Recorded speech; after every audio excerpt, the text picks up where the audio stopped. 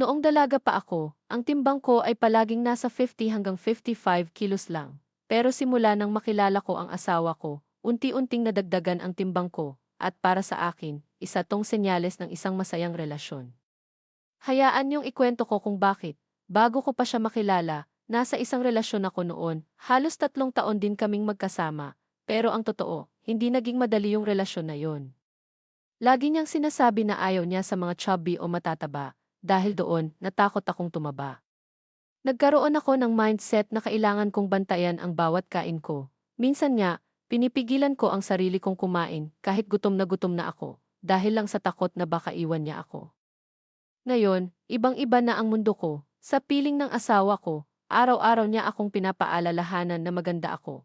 Wala siyang pakialam kung ilang kilo na ko ngayon. Basta ang mahalaga sa kanya ay kung ano yung nararamdaman ko at kung paano niya ako napapasaya.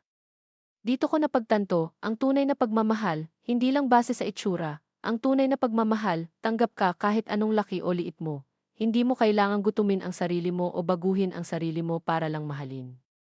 Masaya ako kasi nahanap ko ang asawa ko. Siya yung klase ng taong mamahalin ka hindi dahil sa kung anong nakikita sa labas, kundi dahil sa kung sino ka sa loob.